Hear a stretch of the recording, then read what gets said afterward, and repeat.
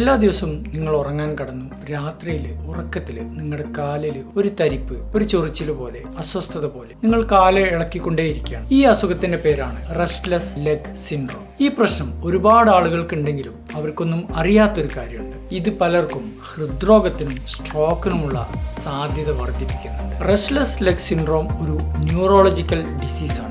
നാഡികളെ ബാധിക്കുന്ന പ്രശ്നമാണ്. 40 വയസ്സ് കഴിഞ്ഞ സ്ത്രീകളിൽ ഇതിനുള്ള സാധ്യത വളരെ കൂടുതലാണ്. ഇനിയാണ് ഇതിന്റെ പ്രശ്നം. ഇത് കാലിനെ മാത്രം ബാധിക്കുന്ന ഒരു വിഷയമാണെന്ന് കരുതിയോ? അല്ല. റെസ്റ്റ്ലെസ് ലെഗ് സിൻഡ്രോം ഉള്ള ഒരു വ്യക്തി ഉറക്കത്തിൽ പലപ്പോഴും ഡിസ്റ്റർബ്ഡ് ആവുകയാണ്. ചിലർക്ക് ഉറക്കം നഷ്ടപ്പെടുകയാണ്. ഈ സമയത്ത് ശരീരത്തിൽ സിമ്പത്തറ്റിക് നെർവസ് ആക്ടിവിറ്റി വർദ്ധിക്കുകയാണ്. അതുപോലെ BP കൂടുന്നുണ്ട്, ഹാർട്ട് റേറ്റ് കൂടുന്നുണ്ട്. എന്ന് വെച്ചാൽ ഈ വ്യക്തിക്ക് ദീർഘകാലത്തോളം ഉറക്കം നഷ്ടപ്പെടുന്നുണ്ട് പലപ്പോഴായിട്ട്. അതുപോലെ തന്നെ ശരീരത്തിനകത്ത് ആ സമയത്ത് ഒരു സ്ട്രെസ് റെസ്പോൺസ് സംഭവിക്കുന്നുണ്ട്. ഇതിന്റെ ഫലമായി 4 പ്രശ്നങ്ങൾ ഇയാൾക്ക് സംഭവിക്കാം. ഒന്ന്, BP കാലക്രമേണ വർദ്ധിക്കുകയാണ്. രണ്ടാമത്തേത്, ഹൃദയമിടിപ്പിലെ താളം തെറ്റലിനുള്ള സാധ്യത, ഏട്രിയൽ ഫിബ്രിലേഷൻ അടക്കം സംഭവിക്കാനുള്ള റിസ്ക് ഉണ്ട്. മൂന്നാമത്തേത്, ചിലർക്കെങ്കിലും ഹാർട്ട് ഫെയിലിയർ റിസ്ക് വർദ്ധിക്കുന്നുണ്ട്. നാലാമത്തേതായിട്ട് ഹാർട്ട് അറ്റാക്കിന്റെ സാധ്യതയും കൂടുന്നതായിട്ട് പഠനങ്ങൾ കാണിക്കുന്നു. യഥാർത്ഥത്തിൽ റെസ്റ്റ്ലെസ് ലെഗ് സിൻഡ്രോം എന്തുകൊണ്ടാണ് ഉണ്ടാകുന്നത്? തലച്ചോറിനകത്തെ ഡോപ്പമിൻ കുറയുന്നതാണ് ഇതിന്റെ ഒരു പ്രധാന കാരണം. മറ്റു ചിലർക്ക് ശരീരത്തിൽ ഇരുമ്പിന്റെ അംശം കുറയുമ്പോൾ സംഭവിക്കാം. ചില ആളുകൾക്ക് കിഡ്നിയുടെ പ്രശ്നം ഉണ്ടെങ്കിൽ, അതുപോലെ തന്നെ ഗർഭിണികൾക്ക്, പ്രമേഹ രോഗം ഉള്ളവർക്ക്, അതുപോലെ തന്നെ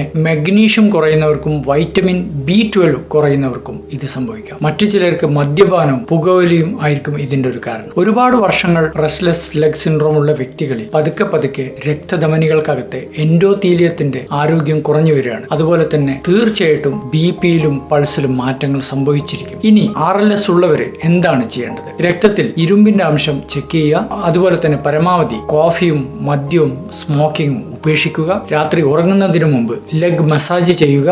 വാം ബാത്ത് അതല്ലെങ്കിൽ കോൾഡ് പാക്ക്, ഇത് രണ്ടും ഉപയോഗിക്കുക. ചില ആളുകൾക്കെങ്കിലും ഡോപ്പമീനുമായി ബന്ധപ്പെട്ട മരുന്നുകൾ ചിലപ്പോൾ കഴിക്കേണ്ടതായിട്ട് വരും. അതുകൊണ്ട് ഉറക്കത്തിലുള്ള കാലിന്റെ ഈ ഒരു കുഞ്ഞു പ്രശ്നം ഒരിക്കലും നമ്മൾ പൂർണ്ണമായിട്ടും അവഗണിക്കാതിരിക്കുക.